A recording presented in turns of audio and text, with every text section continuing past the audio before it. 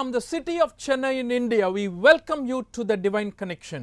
भारत के चेन्नई शहर से हम अलौकिक संपर्क इस प्रोग्राम में आपका स्वागत करते हैं। You know, these times are very difficult times. आप जानते हैं कि ये जो समय है ये तो बहुत ही मुश्किल ऐसा समय है। But we believe Divine Connection helps you to face these difficulties with ease. लेकिन हम विश्वास करते हैं कि अलौकिक संपर्क जो है वो हमें इन मुश्किलों का आसानी से सामना करने में मदद करता है, सहायता करता है। We insist on being connected with God हम इस बात पर जोर देते हैं कि परमेश्वर के साथ में जुड़े रहें, because that helps you to face the challenges of life today. क्योंकि ये आपकी मदद करता है कि आज आप अपने जीवन की मुश्किलों का सामना कर सकें। We are going through situations that are unimaginable, if you are thinking of 2 years back. और अगर आप पिछले 2 साल पहले की बात सोचें तो आज की जो परिस्थिति है ये तो हमारी कल्पना से बिल्कुल बाहर है। Everything changed unexpectedly. सब कुछ बिल्कुल अनपेक्षित रूप में बदल गया है, पूरी तरह बदल गया। But when you ponder on what is happening around us, definitely you and I have to believe and accept that God has a purpose and God has a goal. जब हम इन सारी बातों को देखते हैं तो हमें निश्चय ये विश्वास करना चाहिए कि परमेश्वर के पास में उद्देश्य है और परमेश्वर के पास में एक लक्ष्य है। If you are a person who doesn't believe in God, okay, yeah, you can be like that, but I will tell you it is better to believe in God. अगर आप ऐसे व्यक्ति हैं जो परमेश्वर पर विश्वास नहीं करते हैं तो मैं कहूँगा ठीक है, लेकिन परमेश्वर पर विश्वास करना अच्छा है। But if you are a person who is believing in God and the God of the Bible, then we know for sure that God has a plan for this world and for you and me. अगर आप परमेश्वर पर विश्वास करते हैं और Bible के परमेश्वर पर विश्वास करते हैं तो निश्चय हम जानते हैं कि परमेश्वर के पास इन सभी बातों में हमारे लिए योजना है, आपके लिए और मेरे लिए योजना है। Last week we went through how we can be poor in the spirit and actually own and become a part of the kingdom of God. पिछले हफ्ते हमने देखा कि हम कैसे आत्मा में दीन होकर परमेश्वर के राज्य के भागी हो सकते हैं। इस बात पर हमने पिछली बार मनन किया था। Today we want to move into the next blessedness or beatitude found in the Gospel of Matthew chapter 5 verse 4. आज हम मत्ती रचित सुसमाचार अध्याय 5 वचन 4 में जो अगली धन्य ऐसी बात है उस पर गौर करने वाले हैं। It says, "Blessed are those who mourn, for they will be comforted." ये कहता है धन्य हैं वे जो शोक करते हैं क्योंकि वे शांति पाएंगे। The word blessed here, it actually means happy. यहाँ पर जो धन्य शब्द है इसका असली में जो अर्थ है वो है खुश है वो व्यक्ति। Because God wants you to live a happy life. क्योंकि परमेश्वर चाहते हैं कि आप खुशी का जीवन जिएं। He wants you to live a life of joyful and rejoicing in everything that He is allowing in our lives. वो चाहते हैं कि वो हमारे जीवन में जिस किसी बात की अनुमति दे रहे हैं उसमें हम आनंदित रहें। But He is saying, only if you mourn, you can become blessed or happy. यहाँ पर ये कहते हैं कि अगर आप शोक करेंगे तभी आप धन्य होंगे, खुश होंगे। I mean, have you ever mourned? मतलब क्या आपने पहले कभी शोक किया है? क्या आप दुखी हुए हैं? I'm sure you would have. मैं जानता हूँ आपने शोक किया होगा।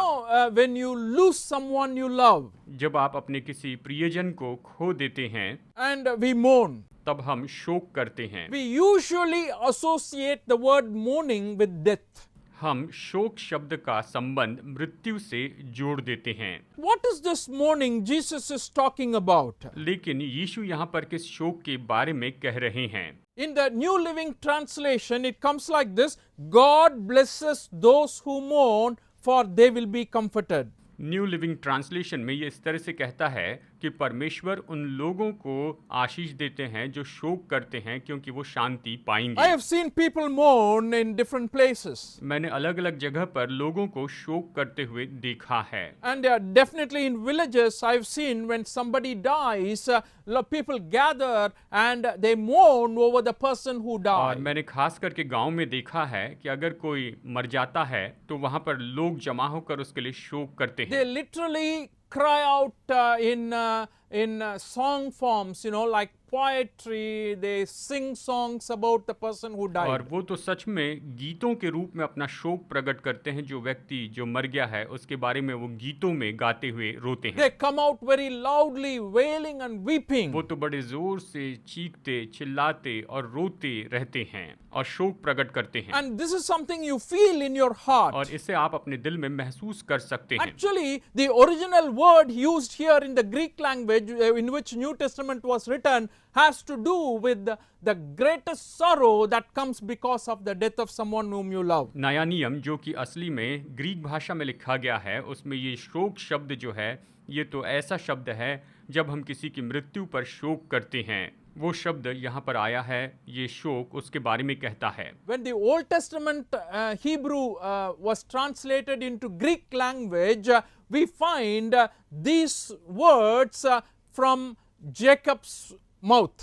जब पुराना नियम हिब्रू भाषा से ग्रीक भाषा में अनुवाद किया गया तो हम ये शब्द याकूब के मुंह से सुनते हैं। In the book of Genesis chapter 37 verses 32 to 34. उत्पत्ति अध्याय 37 वचन 32 से लेकर वचन 34 तक। When Joseph's brothers wanted to sell him away and send him away, they actually took Joseph's clothes and made it appear as if Joseph was beaten by a beast and applied blood in the clothes and sent it to Jacob. जब यूसुफ के भाइयों ने यूसुफ को मारने की योजना बनाई तब उन्होंने यूसुफ के वस्त्र को लिया, उसे इस तरह से फाड़ा जैसे कि किसी जंगली जानवर ने उस पर हमला किया हो, और इस तरह से उन्होंने यूसुफ को बेच दिया। And they sent it by saying, see if it is your son's robe. और उन्होंने याकूब के पास इसे भेजकर कहा कि देखो क्या ये तुम्हारे पुत्र का वस्त्र है। And when he recognized it, he said, oh, it is my son's robe. Some ferocious animal has devoured him, and Joseph has been surely torn to pieces. That is what his words are. जब याकूब ने उसके वस्त्र को देखा तो कहा ये मेरे पुत्र का वस्त्र है, निश्चय ही किसी जंगली जानवर ने उस पर हमला किया है और उसे मार दिया है। And 37th chapter 34th verse, let me read that for you. Then Jacob tore his clothes, put on sackcloth and mourned for his son many days. उत्पत्ति 37-34 यहाँ पर मैं पढ़ता हूँ। तब याकूब ने अपने वस्त्र फाड़े और कमर में टाट लपेटा और अपने पुत्र के लिए बहुत दिनों तक विलाप करता रहा। इस तरह ये कहता है। This is the kind of same word used in Matthew chapter 5 verse 4. मत्ती अध्याय 5 वचन 4 में इसी तरह का शब्द उपयोग किया गया है। Actually, it is not just mourning for the death of someone whom you love, it is more than that. यानी वास्तव में ये किसी प्रियजन की मृत्यु का ही शोक नहीं, लेकिन ये तो उससे भी बढ़कर ऐसा शोक है। You need to mourn for who you are, you need to mourn for the sins that you have committed and then come to God. आपको आप कौन है इसके लिए शोक करना चाहिए, आपने जो पाप किए उसके लिए शोक करना चाहिए और फिर आपको परमेश्वर के पास में आना चाहिए। You know why? Death is the result of sin. जानते हैं क्यों? क्योंकि मृत्यु तो पाप का परिणाम है। And because of that you have to mourn. और उसी के कारण आपको शोक करना है। And a lot of people don't consider sin seriously. और बहुत से लोग पाप को गंभीरता से नहीं देखते And हैं। this verse is kind of bringing out very clearly the idea that it is very, very important to look at sin seriously because of the effect it has. और ये वचन इस तरह से हमें बताता है कि पाप का जो परिणाम होता है उसके कारण आपको पाप को बहुत ही गंभीरता से देखना चाहिए, इसे आपको गंभीरता से देखना चाहिए। So blessed are those who mourn. इसीलिए धन्य है वे जो शोक करते हैं। People who mourn for their sins. ऐसे लोग जो अपने पापों के लिए शोक करते हैं। People who cry to the Lord for their sins. ऐसे लोग जो अपने पापों के लिए परमेश्वर के सामने रोते हैं, They will be comforted. उन्हें तसल्ली दी जाएगी। And I want to share with you a few ideas I have learned from this passage. इस वचन के भाग से मैंने जो विचार सीखे हैं मैं आपको बताना चाहता हूँ। First of all, सबसे पहले mourning is inevitable to all people. सभी लोगों के लिए शोक तो बिल्कुल अटल होता है, उसे टाल नहीं सकते हैं। Who hasn't mourned, you tell me? मुझे बताइए कि किसने शोक नहीं किया है। Oh, there are many people in this world who are going through this type of difficulties and trials and they are mourning. बहुत से लोग इस संसार में ऐसे मुश्किलों में से और परीक्षाओं में से जा रहे हैं और वो शोक कर रहे हैं। If you reason with me and ask, why should I mourn? अगर आप मुझसे पूछे कि मुझे शोक क्यों करना चाहिए, I would say definitely you need to mourn because if you have committed sin and you need to mourn before God and before the one whom you committed sin. मैं यही कहूँगा कि आपको अपने पापों के लिए शोक करना चाहिए, परमेश्वर के सामने, और जिस मनुष्य के विरुद्ध में पाप किया उसके सामने आपको शोक करना चाहिए। आपने जो पाप किए उसके लिए आपको शोक करना है। Apart from that, even physically we experience death. और उससे हटकर यहाँ तक कि शारीरिक रूप में हम मृत्यु का अनुभव करते हैं। So at some point of the other, we would have mourned in our lives. यानी किसी न किसी समय में हमने अपने जीवन में निश्चय ही शोक किया है। But why I am saying all have to mourn is because in Romans 3:23 we read, all have sinned and fallen short of the glory of God. लेकिन मैं ये कह रहा हूँ कि हम सबको शोक करना चाहिए, क्योंकि रोमियो 3:23 कहता है कि सब ने पाप किया और सब परमेश्वर की महिमा से रहित हैं। So when you sin, you go far away from God. जब आप पाप करते हैं तो आप परमेश्वर से दूर चले जाते हैं। You need to realize how far away I am from God. Therefore, I need to come to Him. आपको जानना होगा मैं परमेश्वर से बहुत दूर हूँ, इसलिए मुझे उसके पास आना चाहिए। God's expectation and God's requirements of holiness is very, very high. So when you commit sin, that is separating you from God. और परमेश्वर की पवित्रता के बारे में जो अपेक्षा है वो तो बहुत ही ज्यादा है, और इसलिए जब आप पाप करते हैं तो ये आपको परमेश्वर से दूर कर देता है। You know something? It is not just we mourn because of sin. I read in the Bible, even God mourns when He sees sins. क्या आप जानते हैं कि पाप करने पर केवल हम ही शोक नहीं करते हैं, लेकिन बाइबल कहती है कि परमेश्वर जब पाप को देखते हैं तो वो भी शोक करते हैं। परमेश्वर को इसके लिए दुख होता है। In the Old Testament, this wonderful example, people always have question about this. Genesis chapter 6 verses 5 to 6. Let me read it for you. पुराने नियम में लोगों के मन में इसके बारे में बहुत से संदेह थे। उत्पत्ति 6:5 और 6 हम पढ़ते हैं। The Lord saw how great man's wickedness on the earth had become, and that every inclination of the thoughts of his heart was only evil all the time. The Lord was grieved that He had made man on the earth, and His heart was filled with pain. यहोवा ने देखा कि मनुष्य की बुराई पृथ्वी पर बढ़ गई है, और उसके मन के विचार में जो कुछ उत्पन्न होता है वो निरंतर बुरा ही होता है, और यहोवा पृथ्वी पर मनुष्य को बनाने से पछताया और वो मन में अति खेदित हुआ। यानी परमेश्वर ने भी यहाँ पर शोक प्रकट किया। I understand, God is mourning when He sees people sinning, and when it is going beyond the limit, He says God's heart was hurt so badly. और मैं इस बात को समझ सकता हूँ कि परमेश्वर को शोक होता है, दुख होता है जब वो मनुष्य को पाप करते हुए देखते हैं। तो बाइबल कहती है कि परमेश्वर को बहुत दुख होता है। He was hurt because of His love. उसके प्रेम के कारण वो बहुत ही दुखी होता है, उसके कारण शोक करता है। He loves all of us. वो हम सबसे प्रेम करते हैं। He feels sad that men are into such a dangerous path of destroying themselves. वो इस बात को देखकर दुखी होते हैं कि मनुष्य खुद को नाश करने वाले इस भयानक मार्ग पर हैं। And that is what we are trying to say. Everybody at one point or the other, we mourn.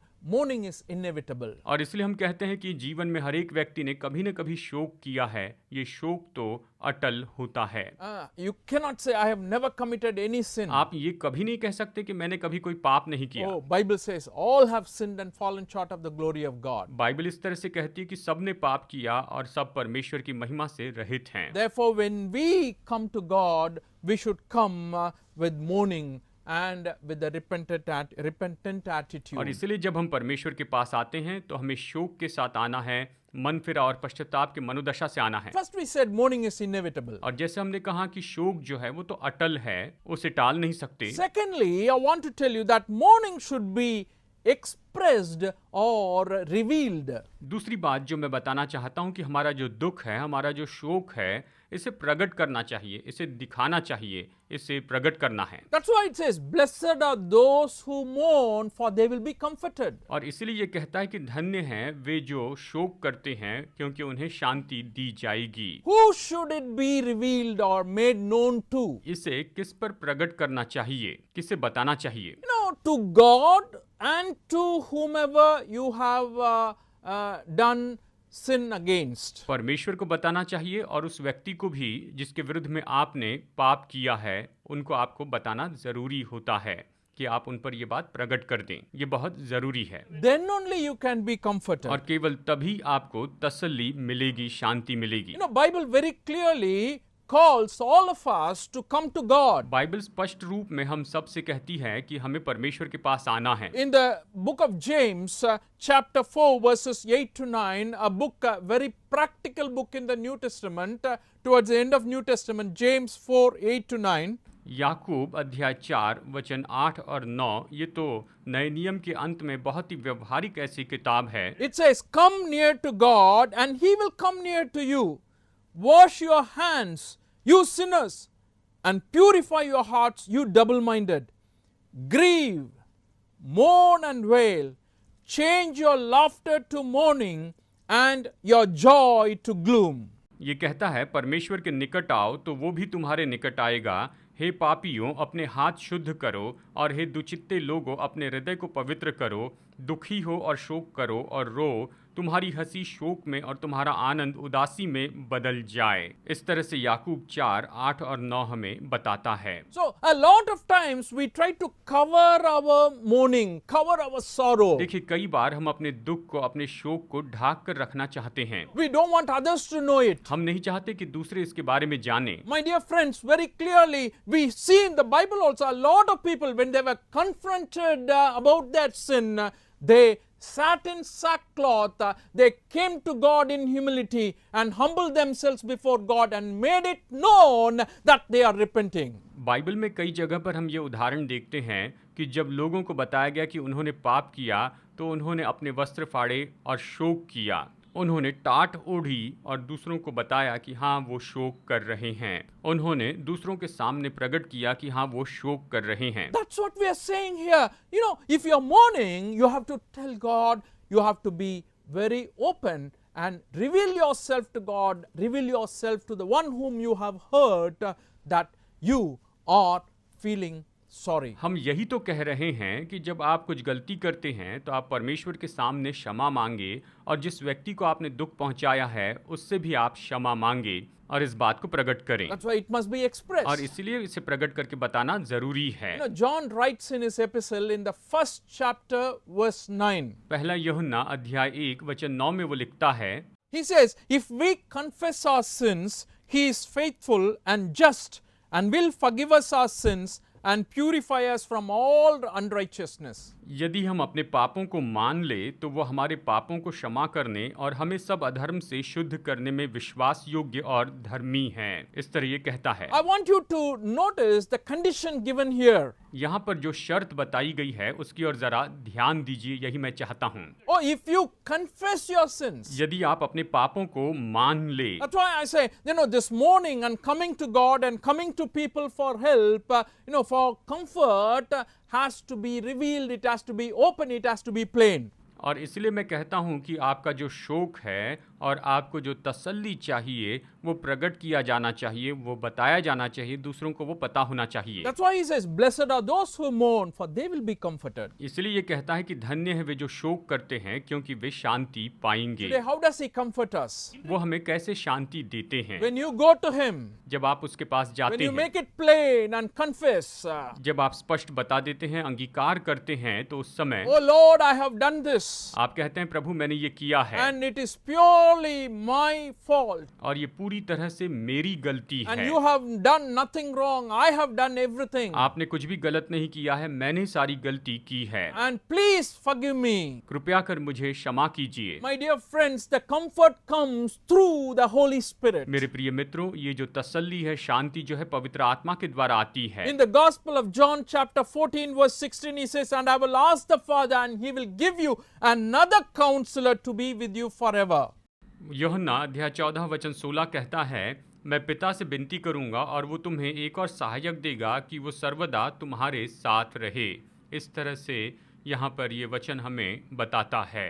So when it says you will be comforted, we will be comforted by the Holy Spirit. जब ये कहता है कि तुम्हें शांति मिलेगी तो हमें पवित्र आत्मा के द्वारा शांति और तसल्ली दी जाएगी। The Holy Spirit comforts you directly. पवित्र आत्मा सीधा आपको तसल्ली देता है The Holy Spirit also moves other people to comfort you. और पवित्र आत्मा दूसरे लोगों को प्रोत्साहित करता है कि वो आपको शांति दे। So that is the way we can get relieved from our mourning. और इस तरह से हम अपने शोक से छुटकारा प्राप्त कर सकते हैं। First of all, we said mourning is inevitable. सबसे पहले हमने कहा कि शोक जो है वो तो अटल होता है, वो निश्चित है। Secondly, we said mourning should be expressed or revealed. दूसरी बात हमने कही कि जो शोक है उसे प्रकट करना चाहिए, उसे दिखाना चाहिए। And the final idea I want to leave before you is that mourning is temporary. और अंतिम विचार जो मैं आपको बताना चाहता हूं कि जो शोक है वो कुछ समय का होता है, वो केवल कुछ समय के लिए होता है। You're not going to mourn forever. आप हमेशा हमेशा के लिए शोक नहीं करेंगे।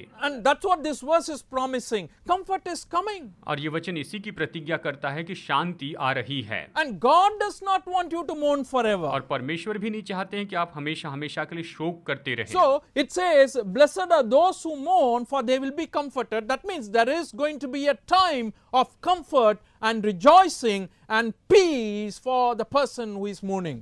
ये कहता है धन्य है वे जो शोक करते हैं क्योंकि वे शांति पाएंगे, यानी शांति पाने का एक समय तो निश्चित आने वाला है।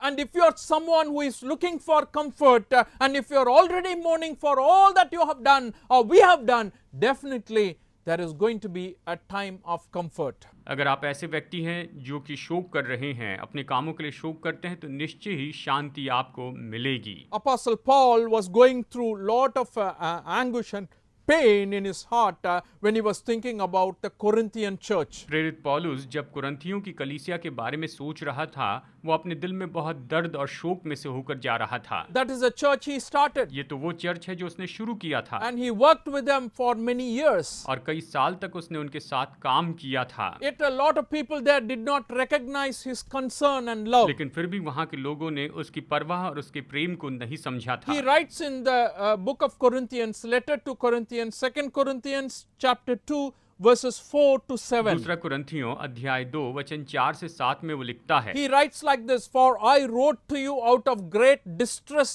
and anguish of heart and with many tears, not to grieve you, but to let you know the depth of my love for you. 2 Corinthians 2:5, if anyone has caused grief, he has not so much grieved me as he has grieved all of you to some extent. Not to put it too severely, the punishment inflicted on him by the majority is sufficient for him. Now, instead you ought to forgive him and comfort him so that he will not be overwhelmed with the excessive sorrow.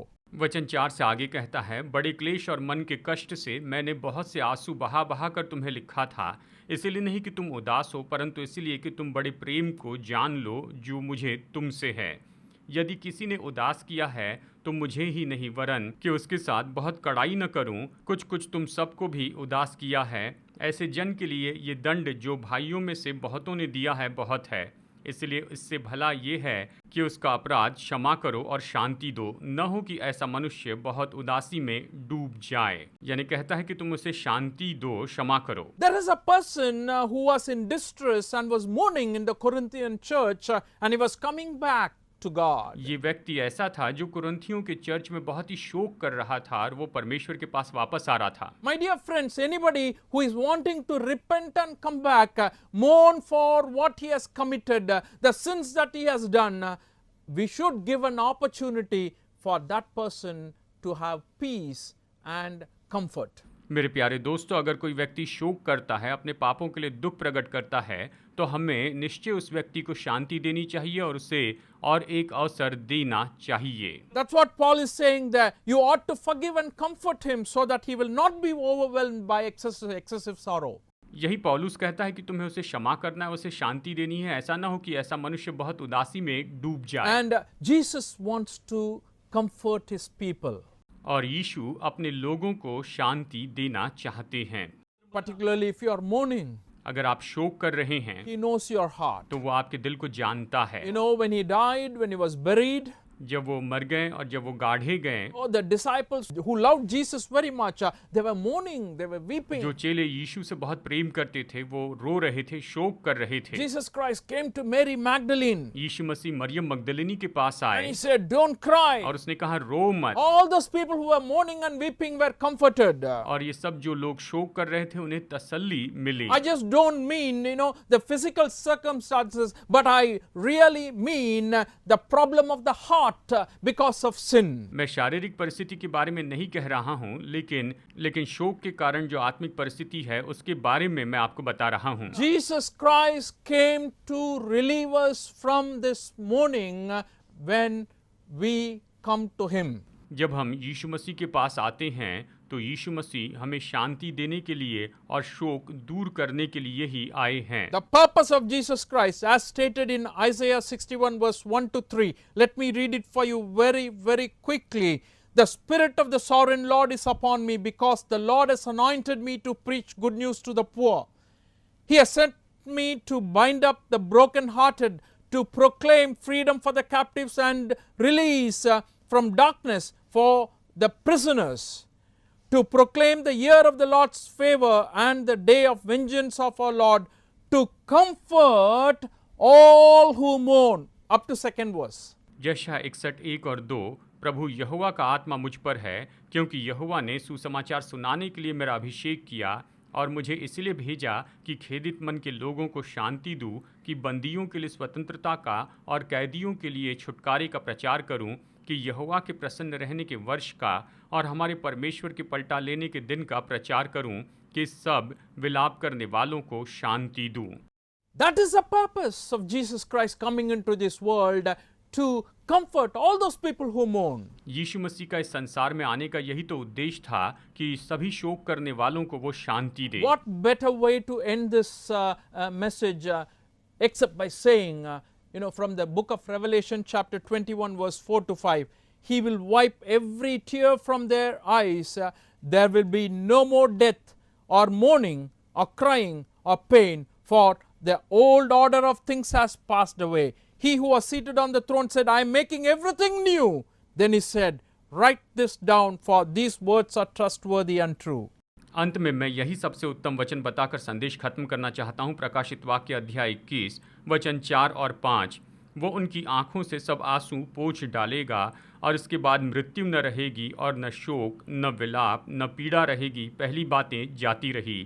जो सिंहासन पर बैठा था उसने कहा, देख मैं सब कुछ नया कर देता हूँ। फिर उसने कहा, लिख ले, क्योंकि ये वचन विश्वास के योग्य और सत्य हैं। इस तरह ये वचन हमें बताता है, God wants to lead you into a place where there is no mourning. परमेश्वर आपको ऐसी जगह पर लेकर आना चाहते हैं जहाँ पर कोई भी शोक नहीं है। That's His presence. ये उसकी उपस्थिति है। Ultimately we all will be there. और निश्चय हम सब लोग वहाँ पर होंगे। There won't be any more mourning. वहाँ पर कोई शोक नहीं होगा। Jesus came to do that for you. यीशु आपके लिए यही तो करने के लिए आए हैं। His blood can forgive all your sins. उसका लहू आपके सारे पापों को क्षमा कर सकता है। When you mourn because of your sin, God truly honors that and washes away if you confess and come to Him. अगर आप सच में अपने पापों के लिए शोक करते हैं तो परमेश्वर निश्चय आपको क्षमा करते हैं और आपके सारे पापों को दूर कर देते हैं, आपको उद्धार देते हैं। If you need help with that, contact us in the phone numbers given. अगर आप और ज़्यादा जानकारी पाना चाहते हैं तो हमारे फ़ोन नंबर पर हमसे संपर्क कीजिए। May God bless you today. आज परमेश्वर आपको बहुतायत से आशीष दे।